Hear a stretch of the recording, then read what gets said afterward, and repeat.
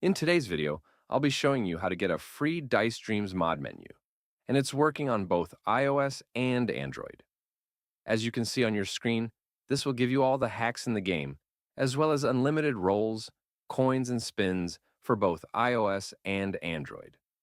I have a bunch of options right here, such as gameplay customization, unlimited rolls, coins and spins, advanced graphics, and much more.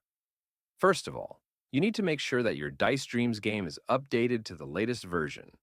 To check that, simply go to the App Store and see if there is any update available for the game. If not, then you are good to go. The next thing you need to do is to simply head over to the pinned comments down below. There, I explain exactly where you can get Dice Dreams ++. So, just head over to the pinned comments, leave a like if this method worked for you at the end, and that's it. See you all in the next video. Bye-bye.